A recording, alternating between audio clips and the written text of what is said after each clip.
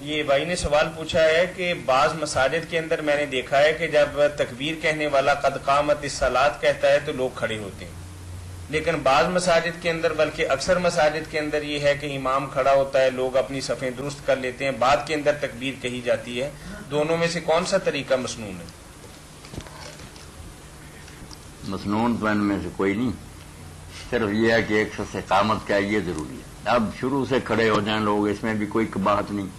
جنہوں نے یہ نشان ہی بنا لیا نا کہ اگر کوئی شروع سے کھڑا ہو جائے تو اس کی طرف گھور گھور کر دیکھتے ہیں، یہ بھی دین میں خواہ خواہ ایک فرض بڑھا لیا. کوئی بات نہیں، اگر لکھا بھی تھا لوگوں نے تو ادب تھا، سنت بھی نہیں تھی، ادب کہ ایک ذرا اچھا طریقہ یار آرام سے سنتے رہو.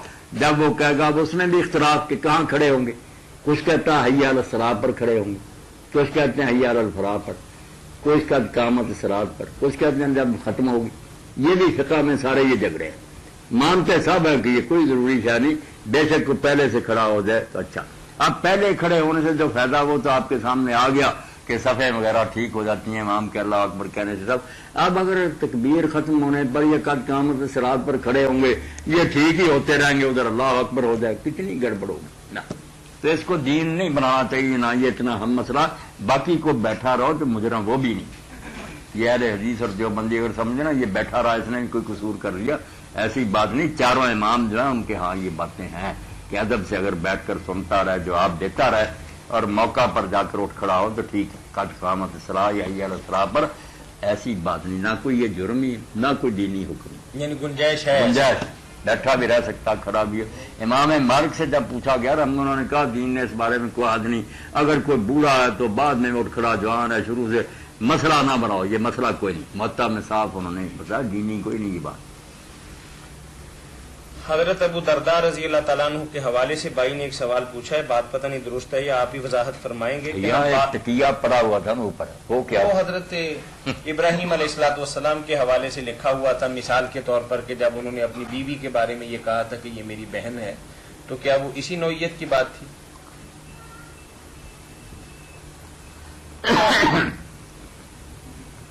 تقیہ جو ہے نا وہ ہے الگ بات. تقیہ میں آدمی صاف صریح غلط بات کرتا ہے، بالکل جھوٹی بات کرتا ہے، مگر وہاں ہوتا ہے مسئلہ جان بچانے کا، وہ میں نے بتا دیا کوئی گناہ نہیں، کمزور آدمی کر سکتا. مگر یہ توڑیہ ہوتا ہے، اس کو توڑیہ سمجھیں، یہ الگ لفظ ہے توڑیہ کہ ذو معنی کلام، بالکل 100% صحیح سچی بات کہتا مگر سننے والا مغالطے میں پڑھ کر اس کا کچھ اور مطلب لے لیتا. تو کیا وہ بے شک وہ غلطی میں پڑتا رہے دوسرا، اس نے بات ٹھیک کہی. یہ تقیہ کوئی نہیں، تقیہ میں غلط بیانی ہوتی، یہ سچ بات کہتا مگر لوگ کچھ اور مطلب سمجھے.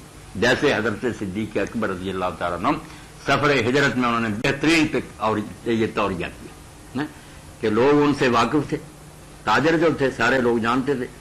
عام راستہ چھوڑ کر نبی علیہ الصلوۃ والسلام جنگلوں میں سے جا رہے تھے، اس لیے ایک لے لیا تھا ساتھ دلیل رہنما جو راستہ بتاتا جاتا. اب حضرت صدیق کے واقف لوگ ملتے تو وہ کہتے یہ کون ہے آدمی تمہارے ساتھ؟ تو حضرت ابو بکر رضی اللہ عنہ اس لیے کہ اعلان ہوا کہ جو ان کا سر کاٹ کر لائے گا سوائے میں صاحب بتا دوں تو کام تو خراب ہو جائے. سارے عرب میں یہ اعلان ہوا. وہ پھر یہ کہہ دیتے تھے راجل یہدن یسبی، یہ ایک آدمی ہے جو مجھے راستہ بتاتا ہے. تو وہ سمجھتے ابو بکر چونکہ عام راستے سے ہٹ کر جا رہا ہے، شاید کوئی انہوں نے لے لیا آدمی یہاں سے جو اب وہ ٹھیک کہتے تھے. آپ جانتے اس سے زیادہ سچی کوئی بات تھی کہ حضور ان کے ہاتھ بھی رہبر دین کا راستہ بتاتے. یہ ہوتا توڑیہ. عقل بھی ہوتی ہے کہ جھوٹ نہیں بول رہا، بات سچی کو دوسرا مغالطے میں پڑتا رہے. اب حضرت ابراہیم علیہ السلام دیا کہ تو میری بہن ہے نا، اس لیے کوئی بات نہیں، میں نے بہن کے بہن تو تھی، مگر یہ ظالم جو ہے یہ خامدوں کو قتل کر کے بیویاں چھین لیتا ہے، اب اس ظالم سے اپنی عزت نہیں بچانی. تو یہ توڑیہ تھا. بہن وہ واقعی تھی، چچا کی بیٹی تھی، سچی بات. یہاں تقیہ نہیں، تقیہ نہیں. تقیہ میں تو بالکل غلط بات آدمی کہتا ہے نا مجبوری سے، وہ الگ ہو.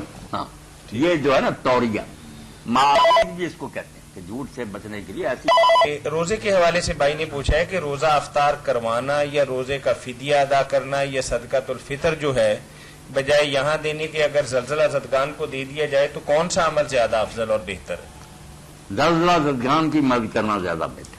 اس وقت اس سے بہتر کوئی مصرف نہیں. ان کی مدد کرنی چاہیے جو بالکل اجڑ گئے، تباہ ہو گئے. وہاں تو پتہ نہیں کتنی رقم درکار ہوگی، مکان چاہیے، خیمے چاہیے. اب سردی بھی شروع ہو رہی ہے، اس سے بڑی موتیں ہوں گی، بارشیں نہیں رکتی، برف پڑ آج رہی بھی ہے۔ بتایا کہ بارشیں ہوں گی، خاص طور پر تو زلزلہ زدہ ہمیں علاقے۔ فوراً ان کو چاہیے زکوٰۃ وغیرہ بیچ کر انتظام کرے، اللہ توفیق دے کہ خیر میں ہو جائے یہ کوئی ایسا بندوبست، ورنہ بہت نقصان ہوگا، زلزلے سے بھی بڑھ کر مولانا، ہوگا، اسی حوالے سے ناقابل برداشت سردی۔ مولانا اسی حوالے سے بات کر رہے ہیں کہ کل ایک عزیز نے بتایا کہ ہم وہاں پانی کے خالی کین بھجوانا چاہ رہے تھے تو ٹرک والا ہم سے 60,000 روپے کرایہ مانگ رہا تھا۔ یہ میں نے اخبار میں ہی پڑھا کہ انہوں نے کرائے بڑھا دیے، ادھر جو لوگ خریدنے والے تھے انہوں نے سٹاک کر لیا اور کہتے ہیں اتنی قیمت پر دیں گے۔ توبہ توبہ، اللہ سے ڈرتے نہیں ہیں یہ ظالم۔ نہیں، اب تو دوسرا کام نہیں شروع ہونے لگا کہ ان کے مرنے پہ ہم اپنی دکانداری چمکا رہے ہیں، کاروبار کر رہے ہیں۔ توبہ، عبرت نہیں پکڑی، ڈرے نہیں کہ اللہ نے ہمیں بچایا، خدا کریں۔ السلام علیکم۔ السلام ورحمۃ اللہ، صاحب خیریت ہے؟ جی الحمدللہ، سکھر سے بات کر رہا ہوں۔ نیازی صاحب ہیں؟ نہیں، سکھر سے ہیں بھائی۔ اچھا، پروفیسر عبد الخالق عرض کر رہا ہوں۔ عبد الخالق صاحب خیریت ہے؟ خیریت الحمدللہ سے۔ یہ ایک دو سوالات پوچھے ہیں دوستوں نے، جی یہ فدیے کے بارے میں ہے کہ اگر کوئی دائم المریض ہے، شیخ فانی ہے، تو کتنا فدیہ دے، نقد دے، ایک ساتھ دے یا روزانہ دے، یا کوئی گیہوں کی صورت میں یا نقد قیمت میں کتنا ہوتا ہے؟ جس طرح مناسب سمجھے دیں، مگر مقدار اس کی جو ہے نا جی وہ دین میں نصف سوا ہے۔ گندم جو ہے نا نصف سوا، گندم جی اگر گندم دے نا ہاں ہاں، تو نصف سوا، سواد الف عین تو ہوتا سا ہے، کتنا 2 کلو ہوتا ہے؟ 2 کلو ہوتا ہے نا، 2.5 کلو ہے نا پورا سوا، جی جناب، پورا کلو جو سوا ہے نا وہ 2.5 کلو ہے، 2.5 کلو، 2.5 کلو ہوتا ہے، 2.5 اس کا نصف ہو جائے گا نا 1.25 کلو، 1.25 کلو۔ 1 سے 1/4 جو ہے نا یہ نصف کی، نصف کلو کی یہ قیمت دے یا ایک ساتھ دے دے؟ ہاں یہ نصف سوا گندم جو ہے نا ہاں، یہ فدیہ ہے روزے کا، یہ اچھا پورے جناب، مہینے کا اکٹھا دے گا یا عورت کچھ ہے، مہینے کا اکٹھا دے دے، روز کے روز دے دے، وہ جیسے جی چاہے دے۔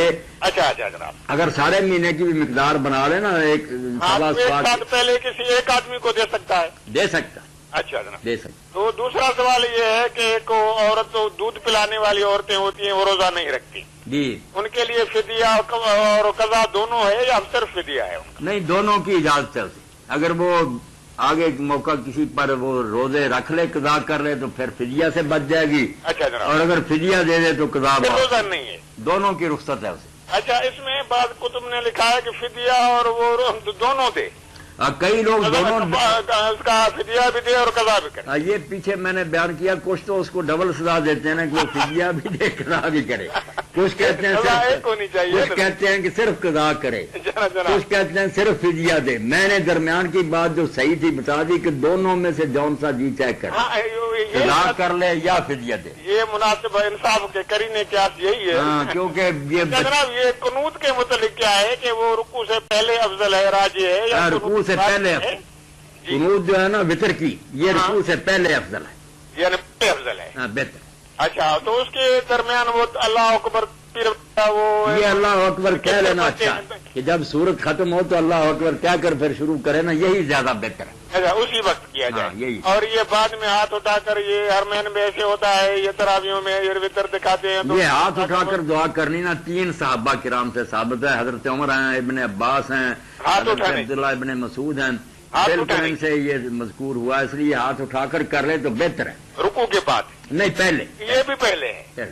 رکوع کے بعد نہیں ہے؟ نہیں، رکوع کے بعد نہیں صحیح، اس کا کوئی زیادہ معتبر ثبوت، اچھا ہاں، جناب، پہلے کرنی چاہیے۔ مہربانی جناب، اللہ آپ کو خوش رکھے۔ ہاں، خوش السلام رہو۔ علیکم۔ اللہ برکت دے۔ وعلیکم السلام ورحمۃ اللہ۔ اس جی کے ساتھ ہی ہمارا پروگرام فتاوا آن لائن اختتام پذیر ہوتا ہے۔ میں آپ سب کی طرف جلدی سے ختم محترم ہو۔ مولانا محمد اسحاق کا شکر گزار ہوں کہ آپ کی طرف سے آنے والی فون دیکھ کال لے اور بھائی۔ براہ راست پوچھے گئے سوالات کے جوابات مرحمت فرما رہے تھے۔ اس پروگرام کے میزبان میاں طاہر کو کل تک کے لیے اجازت دی۔